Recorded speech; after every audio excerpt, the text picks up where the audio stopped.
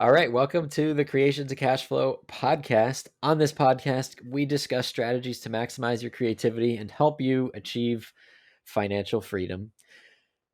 Hi, Michelle. Hello, Nick. This is our 60th episode, Michelle. Wow. Wow. Yeah, well said. I not that I didn't see this coming at some point, but nice to be here. Not that 60 is the most amazing or underwhelming milestone, but it's a big deal. Yeah, it is. That's a big deal. Like, even just to get past a year is a really big deal. Yeah, it's true. Pretty cool. Um, we got a great episode today.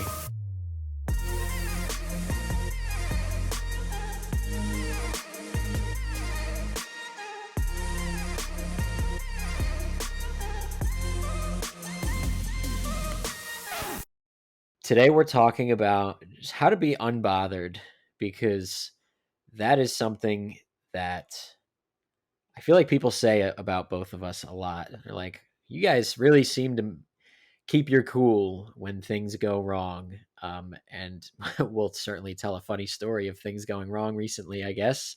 Might as well. Michelle, do people say this to you a lot? Oh, all the time. People are always asking me, like, how are you so unbothered and unfazed? And I don't want to say chill. That's not the word that they use, but that's essentially what they mean. And they mean it when times are tough. They're like, how are you still so grounded with what you're doing?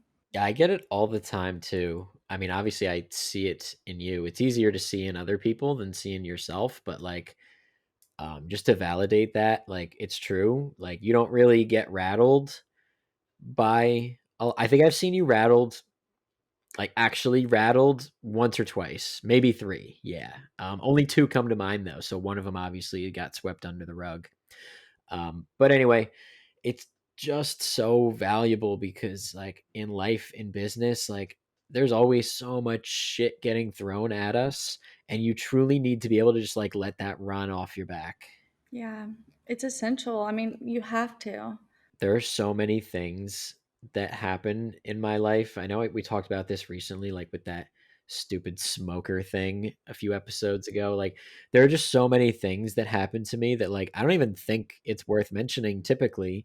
Cause I'm just like, I just don't give up or get too frustrated. Like, I could go fish for 5 hours and like not get a bite. And people are like, why didn't you just leave? And I'm like, what do you mean? I'm just like, I wasn't angry about it. Like, I just go and I do what I'm supposed to do. And I just try things and I keep going.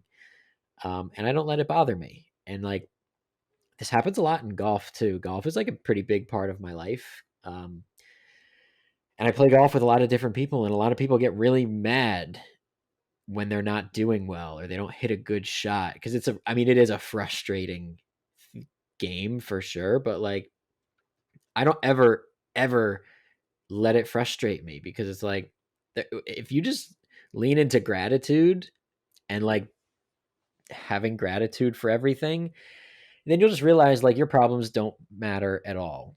Like, am I seriously ever going to be mad when I'm on a golf course? Like, I'm so blessed to be in a position and a place and a country where I can go play golf on a Wednesday afternoon if I want to. Like, what is there to complain about? I don't care if I just hit my ball in the woods or the water.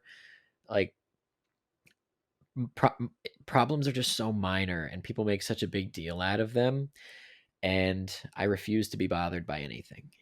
Yeah, it's our choice how we respond to things. And like in the past, I think that a lot of people would think I'm more aloof towards things, but that's not the case. It's more just like I'm choosing to not let that affect me.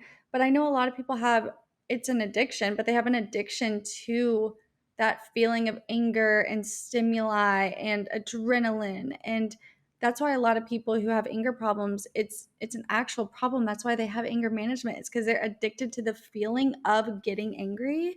And some people are so accustomed to that, they don't even realize they have another choice, which is to be unbothered.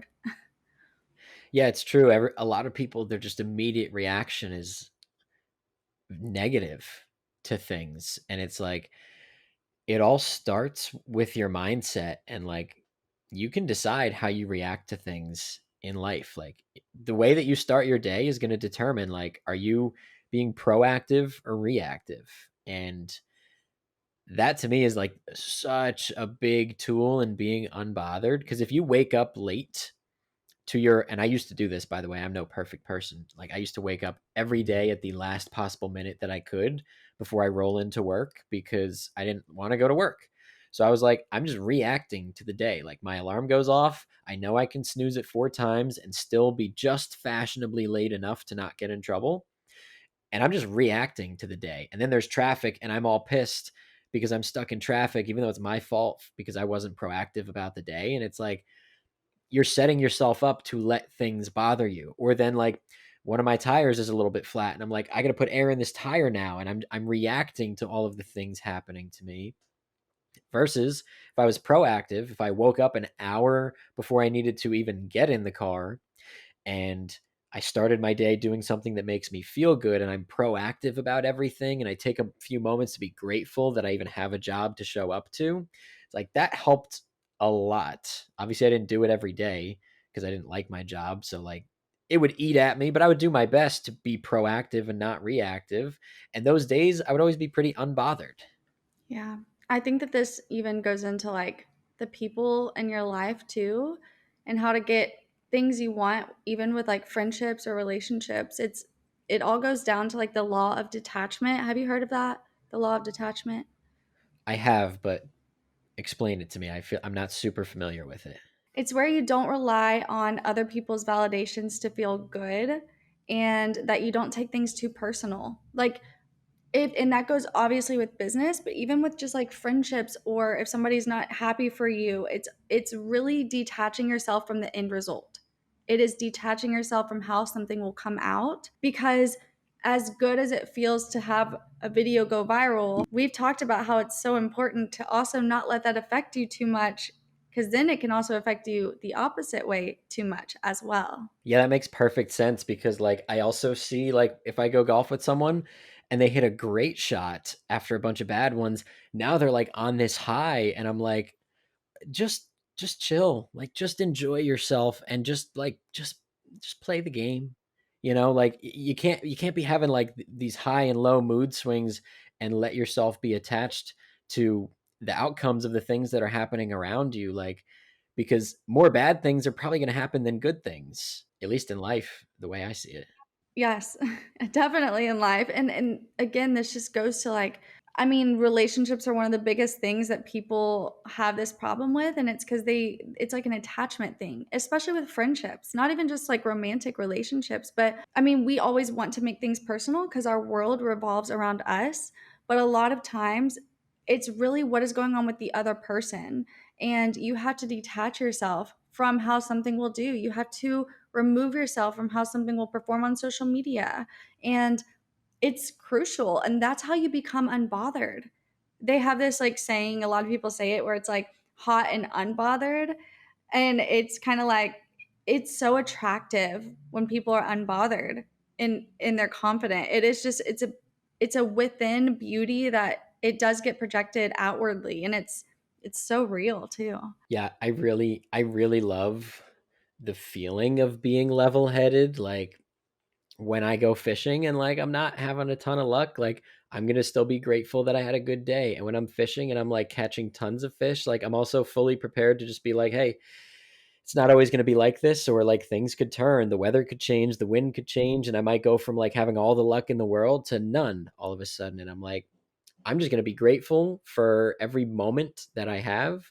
And I'm not going to be too attached to anything happening around me. Sometimes I could be a little too detached. Like sometimes I'll just sit there and just be like staring at the wall thinking, and someone will be like, "Are you okay?" And I'm like, "Yeah, I should probably tap back in maybe a little bit more." Like I was fully detached, not paying attention to anything or anyone. So like it's definitely the balance. But I love living life detached to things, like whether it's where I live, what I drive, like I don't care. I really don't care at all. Like where I sleep, like you ever you ever like have a bunch of people staying in one place and there's not a lot of beds. And people are like, "Oh, like, well, I'm not sleeping on the floor." I'm like, I'll sleep in the bathtub. I don't care. Just like, I hope I get a pillow. That's amazing. Evan's like that too. I am 100% the opposite. So, Michelle is claiming the bed oh in the yeah, hotel I'm room. a high maintenance sleeper. Like, I need a fan on my face. I need some noise. I need stuff. But it's hard for me to go to sleep. But I know that about myself. And if there was somebody that had trouble sleeping and it was more important, I would obviously take the floor or whatever. Cause I'm like, I'm not going to let it affect my whole mood. I used to not be this way, by the way. I've not always been this way. I'm one of those people that, like, if the bed is perfectly made, I can just like flip up a corner and I will sleep in the one spot, and then when I get up, I'll just like flip the corner back and it's all good to go. Um, I don't know if that's a good or a bad thing or if anyone even cares, but I'm sharing that with you all. I think that's so fascinating. I think that's so interesting because Evan's the same way. He can even sleep on his back the entire time and not move. Meanwhile, I have a comforter. I am burritoed inside of it. It's literally under all parts of me. I'm in a burrito and it's like I'm like cuddling the heck out of that comforter, and sometimes I even cover my face and I'm just cocooned at night. Like I could never just like go underneath a sheet or a comforter and just like sleep and then wake up and get out. Like, no, I am a cocoon. I am getting my beauty rest so I can come out as a butterfly in the morning, even though I definitely look like a caterpillar. But, you know, I just think that's so interesting. No, it is little things like that. Like, it's always interesting to hear like how people like behave in like the private things that we all do. Um, there's probably so much we could dive into, like when it comes to, we could probably do a whole episode on sleep and like sleep tricks and things like that. That's not a bad idea. But what I want to get to, this would be fun. This is not part of like what I prepared for. But I want to go over like a time where we were bothered, right? Because I don't want to sit here and preach like I never get bothered or flustered, because I definitely do. Um, Michelle, when was the last time you felt like bothered, flustered, or frustrated, where like, you're like, oh, this thing got to me, and like I wish it didn't? I would say, I mean, the first thing that comes to my mind was whenever a social media video, I was just getting a lot of hate on it. And it really bothered me. And I think I even talked about it on the podcast at one point. But I had to genuinely take a step back and be like, where is this coming from? Because it's not personal against me. People can only see the good in you of what they see in themselves. And I get that. And I didn't even know these people. So why do I care like what they're thinking? But even before that, like not my videos getting 100 views, it would bother me so much. Like a couple years ago, I would get so bothered. And then at one point, I was like, I'm not posting, I'm not putting in the input because I'm afraid of what the output will be. Therefore, I am preventing myself from doing anything and I am frozen and I'm not taking action. So I'm just going to say if one person sees it, it was worth my time and I can only control posting. And I'm not kidding. Like, even some of my videos to this day, some will get 2.2 million views, some will get literally 600. And I'm like, the feeling of 2.2 versus 2.2 million and 600, I feel the same. Literally, this happened. I mean, if you look at my TikTok to this second, 2.2 million views, the next video is 600. And I feel no type of way towards it. I'm like, cool, I posted. I did the thing. Got to post again today. Like, I'm so unbothered. And it's the most freeing, freaking feeling that I want every person who ever posts online to feel. It's so empowering because I'm proud of myself. Like, I feel good about myself that I posted, even though that one video got like nothing. I think got like 8 likes. I don't care. I posted it. I enjoyed making the video. And yeah, like I'm not fretting, I'm not like upset about it. Um yeah, there's a lot of things that I used to do that I don't do anymore, but I would say those are some of the I mean, that's what came to my head first. What about you?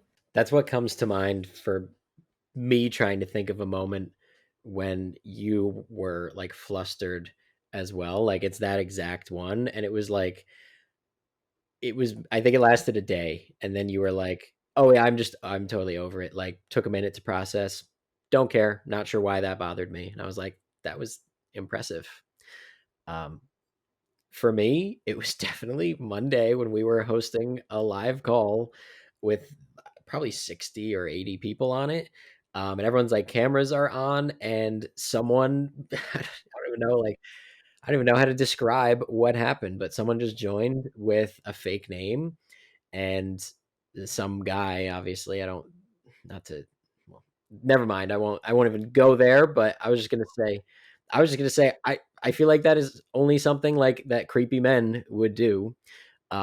He wasn't wearing a whole lot of clothes is what I'll leave it at. Nick, he was wearing no clothes. Yeah. And as the host of this call, I mean, I know you're also like my co-host of this call, but you didn't see it. Um, I was mortified, and like obviously we kicked this person out, but like people were saying in the chat, they were like, "I've never seen Nick flustered until this moment." Because I'm front and center, people asking all sorts of questions. I don't get any agenda beforehand. Like it's very hard to fluster me with your question or comment or concern or complaint. Like I can handle it. But that was definitely new and left me flustered. Like we had a call after and I was like, I don't have a whole lot to say. And even that night, like later on, I was like, I can't believe that this happened. Even though there was nothing I could have done to prevent it. I was just like, I was rattled for sure. And I was like, good. If it's a good thing, if that's what it takes to rattle me, because that's like the furthest extreme that I could think of. Um, Well, okay, wait. Can I just say real quick what we still haven't really said anything? Basically, in a nutshell, Nick and I co host a meeting every Monday and Wednesday for Brands Meet Creators. And like he said, there's 60 to 80 people. People have their cameras on. Somebody kept joining under like people's names that are in the community. And they would unmute and just yell. Like they would just randomly unmute while somebody else is talking and just scream into the microphone and then leave. And there's no way they could have gotten this call meeting login without being part of our community. And at one point towards the end of the call, like Nick said, they unmuted, and because they were louder than the person speaking about something serious, their camera turned on and it was showing a private part of what the men anatomy has. And it was so mortifying, but Nick held it together, guys. Like he's saying he was flustered, but he still listened. He still responded. He didn't freak out. He literally kept an even face and he was just like, that was a little distracting, but here, let me answer your question. And he just like got right back on the horse. Meanwhile, I blacked out the last 20 minutes of that call because I was like, what just happened? Like and I didn't even see it. I was just mortified for the fact that all these other people had to see that. And Nick held it together. So even for him to get flustered, quote unquote, it's still probably better than me at my best day. Thank you for going into more detail because you're right. I probably didn't describe it super well.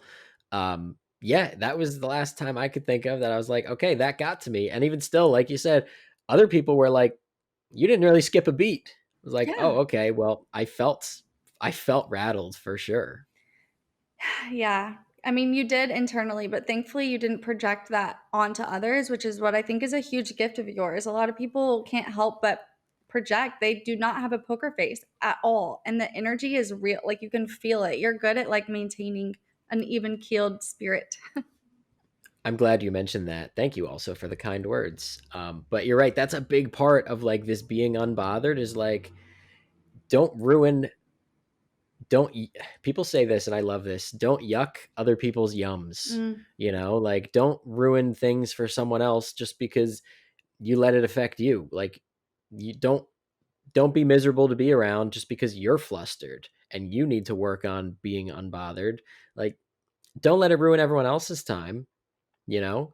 And that's a really big part of all of this conversation, you know? Yeah. And even, I know I said friendships earlier, but it's also one of those things where it's like, as you become more successful, which if you're listening to this podcast, you already are becoming more successful just by putting in the input of putting stuff in your brain that might be not trash TV or, unnecessary things. Like these are things that are life changing that have actually helped so many people. And there comes a point where you kind of, not that there's anyone better than anyone else in this world, but you kind of just become on a different level. I'm not saying it's a higher level or a lower level, but you're just not the same as some of the people you surround yourself with. And a lot of times they try to shit on your parade or they try to yuck your yum. What did you say? Yuck their yum. Don't yuck other people's yums. They try to yuck your yum. That sounds so not appropriate. When you say it fast like that, you're right. It doesn't sound as good. Oh my god. And so, but you have to set boundaries and you have to be okay with the fact that, you know, friendships, they can come and go, and that's okay. It doesn't mean something happened. It might just mean that you're in a different space in life, but they can also be the very thing. If you do not set a boundary, they can stop you. They can prevent you from growing because the people around you, if they're not equally as excited about the things that you're doing and opportunities you're getting, that is a huge red flag that maybe you need a boundary up because they might just not be able to be excited for you because they're not happy with themselves or what's going on in their lives. And it's not personal against you. It's not that you're not doing something you should be doing, it's them. And that's okay. There's been times whenever I've had to let go of friendships, but there's also been times back in the past whenever I realized like this person's doing big things and it's making me insecure. I cannot be around them right now because it's not making me feel good. And I had to learn how to really be whole as being myself, which again, relationships, even romantic ones, please do not be in a relationship unless you're whole with being by yourself and not feeling lonely. Like the amount of people that got married around the same time as me that are now divorced is so sad. Like it's so sad. And even just like even if you don't believe in marriage, like just being with somebody because you are both whole and you're not trying to have attachment, but instead you are growing together. You want to surround yourself with friendships also where you're growing together. You know, podcast co-host, you're growing together. You want to surround yourself with these people because it you can feel energy whether you believe in all that or not. It is such a true thing and you want to make sure that the frequency that you are acting as or just like being every day is not only going to uplift you and make you a better person each day, but also uplift those around you. Yeah, you're so right about all of this environmental stuff.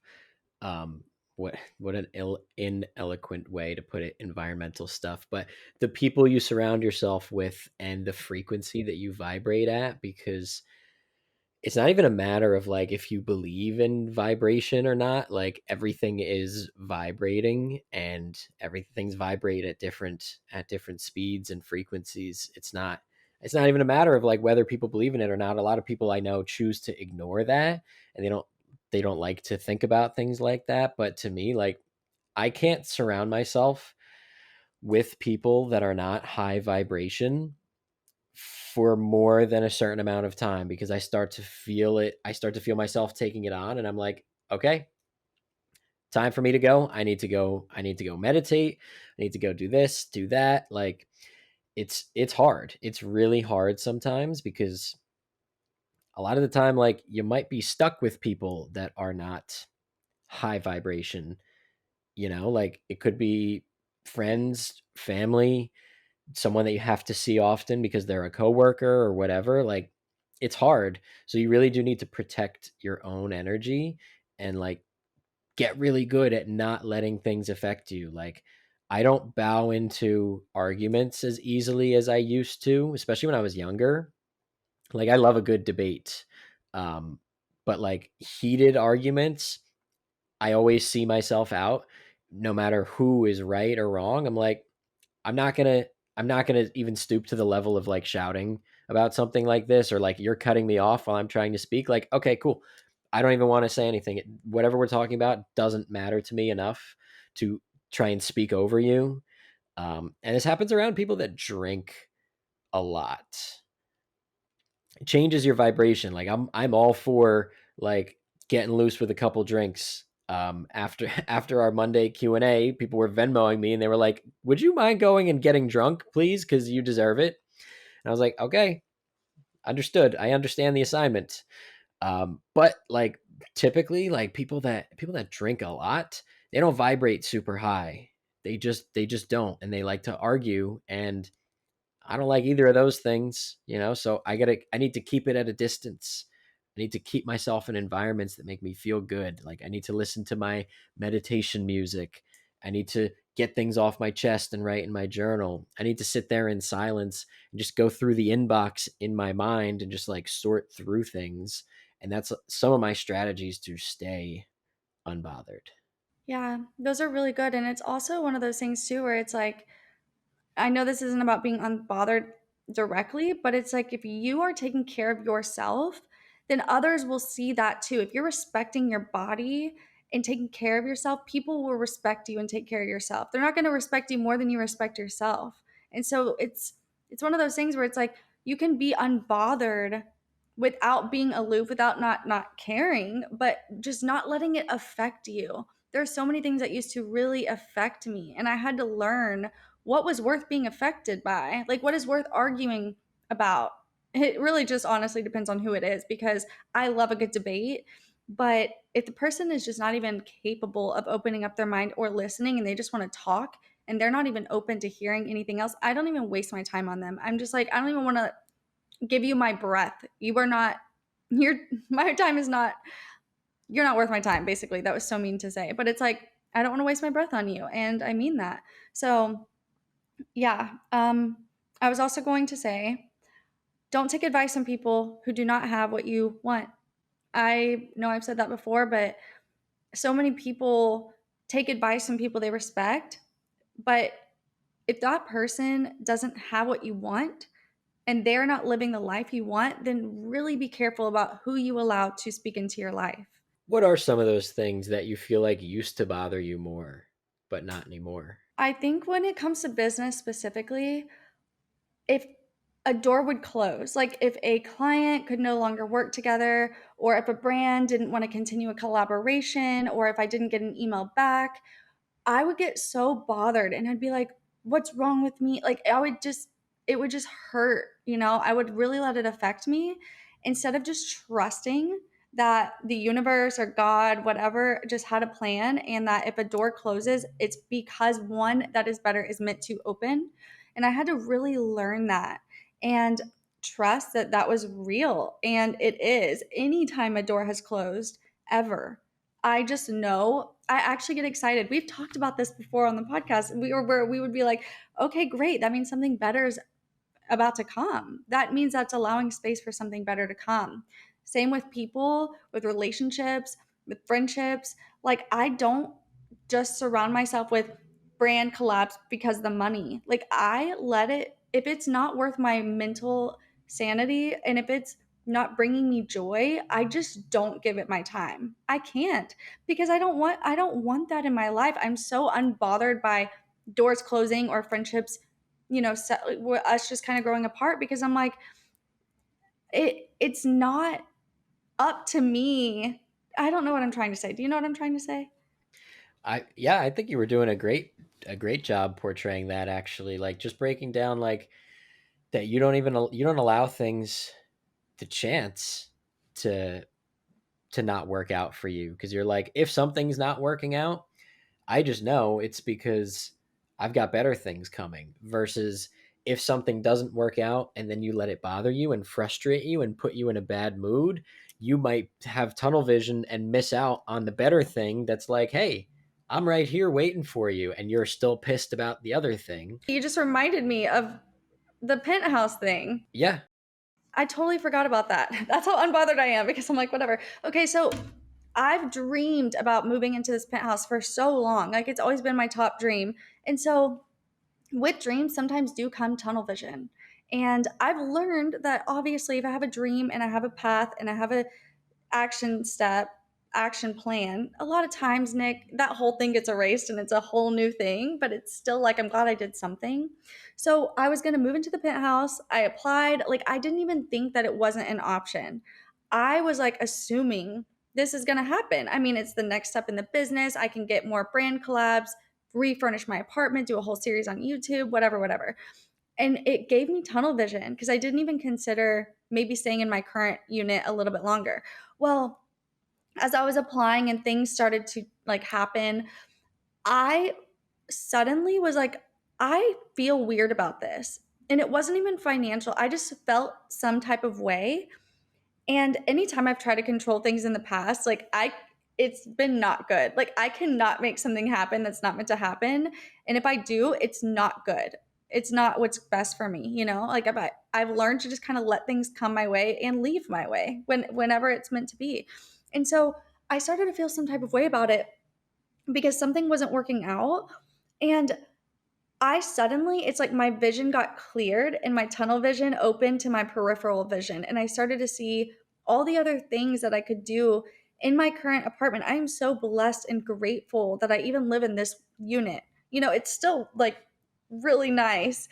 And although it's not a few floors up in the penthouse, it's still amazing. And I still think maybe I will have the penthouse one day, but I could have easily been like, I'm going to go talk to management. I don't like what's going on. Like, I could have easily made it happen, but because I chose to stay open and not push and not force, and because I actually allowed myself to have the potential of my action step and my plans changing, I got to see all these new beautiful things. And I'm so unbothered by it. I'm like, wow, okay, you know, I could still move into the penthouse tomorrow if I really wanted to. But I'm also like, wow, when you become unbothered, you don't get red, hazy crap over your lens. Like, it blurs your vision when you get angry. And I've felt this. When I'm angry about things, it's skewed. My whole everything is skewed. That's why meditation is so important. Do you know what I mean though? Like, I my skewing doesn't happen as often because I'm so clear-headed. Absolutely. I used to get so frustrated at everything when I was a teenager because mostly because I hated school so much. So like my environment was just setting me up and constantly pissing me off. Like I'm like, "Oh great. I get a 50-minute history class. Like this is going to be 30 minutes of my time wasted, 10 minutes of doing an actual assignment and 10 minutes of whatever other bullshit happens in a high school history class." And like every single, I was like, I was so bothered by everything. And that's what gives me like, I feel like I have the ability to talk about being unbothered now because I used to be so bothered by everything. Like every teacher knew, like, Nick is going to come in. Don't call on him. You might get a little snappy answer back, but like he's also going to get good grades. And he's just going to be like probably a touchy student. And I was always like that, even since elementary school. Like, I think I've told the stories of like funny things I would say to my teacher that were not funny at all, but I thought it was funny. And I'm like, what's going on here in this class? Like, and then I get lunch detentions and things. I'm like, well, I was just in a place where I'm bothered and I have tunnel vision and I don't see that like when I'm in second grade or even 12th grade, like you don't sit there and like have a gratitude practice and be like, I'm blessed to even be in a school right now. Some people don't get to go to high school. Like that's not how you feel. You know, you have to live a little bit more life, I think, or at least I did before I could start tapping into like, I'm blessed. I'm blessed and I'm grateful. And everything I've done has led me to here and starting to remove myself from those environments that I didn't like. You know, I didn't like where I worked. I didn't like college. I didn't like high school. I mean, I liked these things, you know, like being a high schooler is great, but actual like high school, like 7 a.m. to 2 p.m., like that sucked. That was not my thing. Um, and yeah, you're right. Like you do get tunnel vision. Like I wasn't even being true to myself.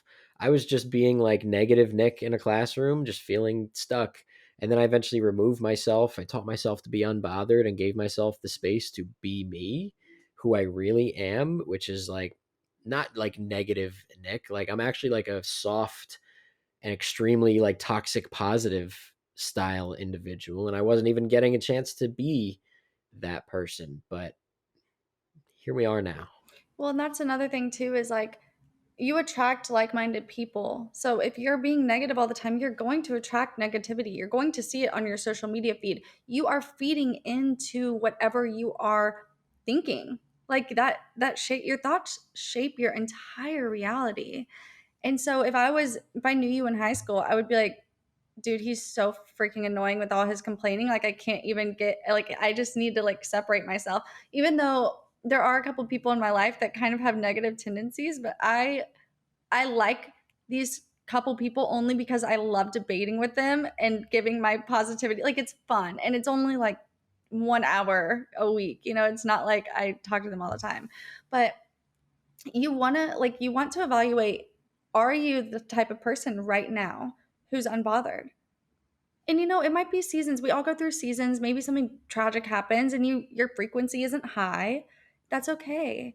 And maybe you need to just keep working on yourself because you want to surround yourself with people. My friends are next level amazing. I freaking love the people I surround myself with. With family, I feel like it's unconditional love, but with friends, I think you need to like really evaluate who's your circle. I know it's so cliche, but gosh, who are you letting into your head? Who are you just spending time with? It's so true. Part of what I used to have people do in my 21-day mental reset program that I used to sell was name the 5 people that they're closest with, all of the qualities about them, and how much money they make, and then you do it for yourself.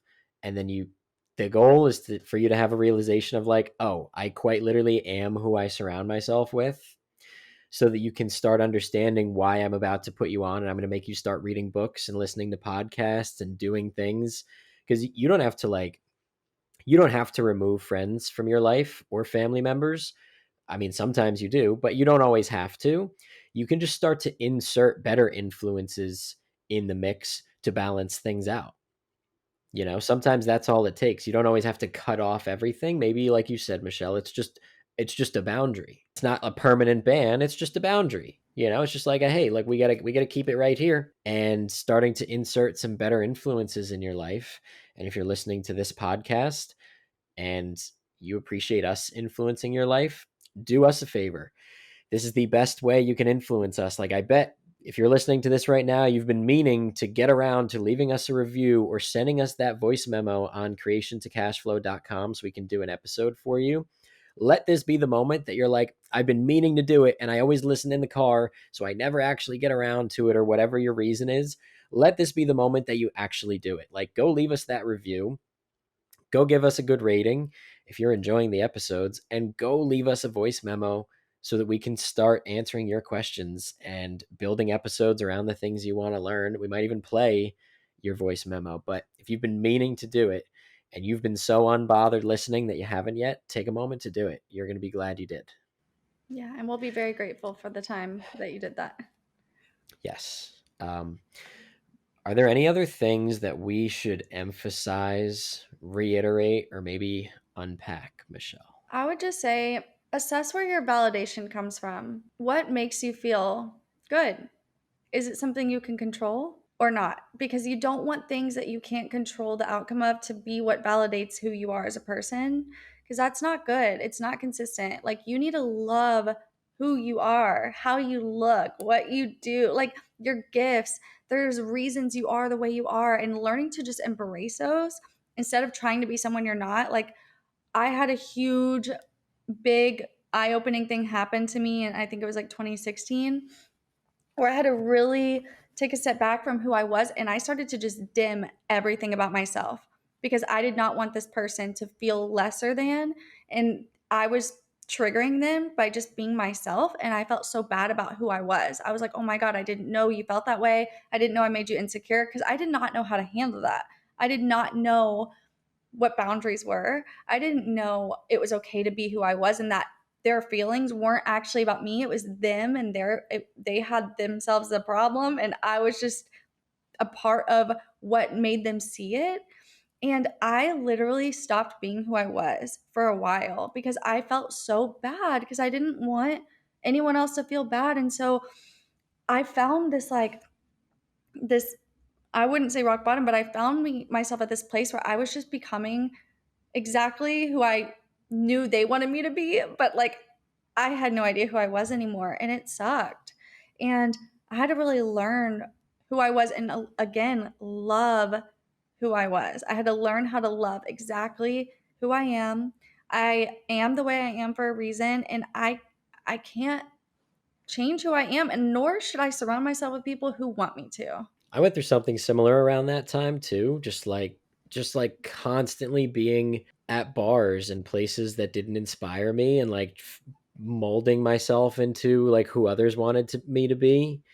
and not who I wanted to be. And then I also had to kind of like you said, not hit rock bottom, but like have a serious like looking in the mirror moment and be like, where is this taking me? Where do I actually want to go? And what do I need to change right now? And I made those changes. Wow. That's the thing too, is like, is are the things I'm doing every day really aligning with where I want to go in life? Like, is my everyday time I'm spending on something in alignment with my goals and my dreams? And if it's not, just reevaluate that. Um, yeah, mine was just mostly about, at that time I wasn't partying, but I didn't know that my personality was bubbly and that I just had things that this person really desired and I felt bad about it. So I stopped posting on social media because I realized that, oh my God, people compare themselves. Like I'm not gonna lie, I used to be so ignorant to so many things, and I still am. But there are things that I just don't know. My sister could even tell you. She's like, Michelle just doesn't know things sometimes. Like, I'm not that smart. Like when it's like book smart and stuff like that, I don't know. And so I didn't realize people compared themselves. So I was like, oh my God, I'm just gonna get off social media because I don't want anyone to look at me and compare themselves. Like, what? Nick, that's such a stupid decision. Like I had no idea what to do. So I just kind of like I stopped being bubbly. I stopped trying to like do anything. I quit acting. Like I tried to do everything I could to just protect, I guess, others. Yet that was literally destroying me. And also, you're a great influence on others too. So, like, not only were you dimming your own light, but like you end up dimming other people's too. You know, we have an obligation to be the best version of ourselves and go make the people around you the best version of themselves. Because, like, I mean, the way that like my friends and family like act and the things they care about now and the things I've put them on to is like insanely exciting to me because I used to be a terrible influence and I used to be influenced very easily and I would always just be down for whatever terrible thing we're about to do. And now I'm like so calculated always and like my family eats different, like my friends see things differently.